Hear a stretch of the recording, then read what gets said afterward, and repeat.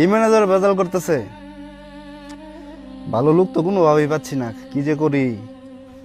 এই ভাই দাঁড়ান। জি ভাই বলুন। মসজিদে কি আরো কেউ আছে নাকি আপনি একাই ছিলেন? না, আমি তো সবার শেষে বের হইলাম, আর তো কোনো লোক দেখলাম না।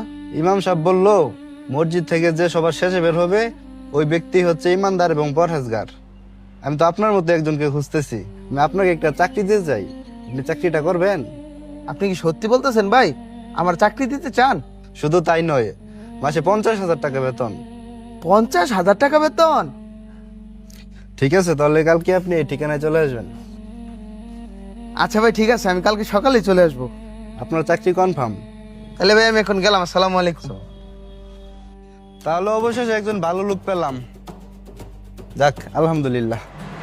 আব্বা শুনো, আমি আজকের দিনের পর থেকে আর নামাজ মিস দিব না, দেখো তুমি। যাক আলহামদুলিল্লাহ। তোর কি খবর? বাবা আমার আরো টাকা লাগবো। 50,000 টাকা একটা ব্যবসা করবার লেগেছিলাম, লস হয়ে গেছে। আমার আরো 1 লাখ টাকা দাও। আমি তো সবার খবরই রাখি।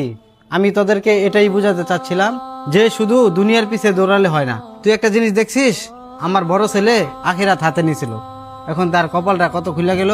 50,000 টাকা বেতন, বাবা যা। আর তুই কি করলি? 50,000 টাকা লস করে আইয়া উল্টা আর আমার কাছে 1 লাখ টাকা চাইতেছিস।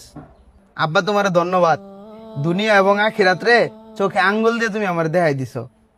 শুনো, কালকে আমি চাকরিতে জয়েন করে আইসা তোমাদের সবার জন্য মিষ্টি নিয়ে আমু। না আব্বা ঠিকই কইস, শুধু দুনিয়ার পিছে ছুটলে হইতো না, দুনিয়া এবং আখিরা দুইটার পিছে ছুটতে হইব। আব্বার কথা বুঝলে আমার 50,000 টাকা থাকতো, আজকা টাকাটা লস হইতো না।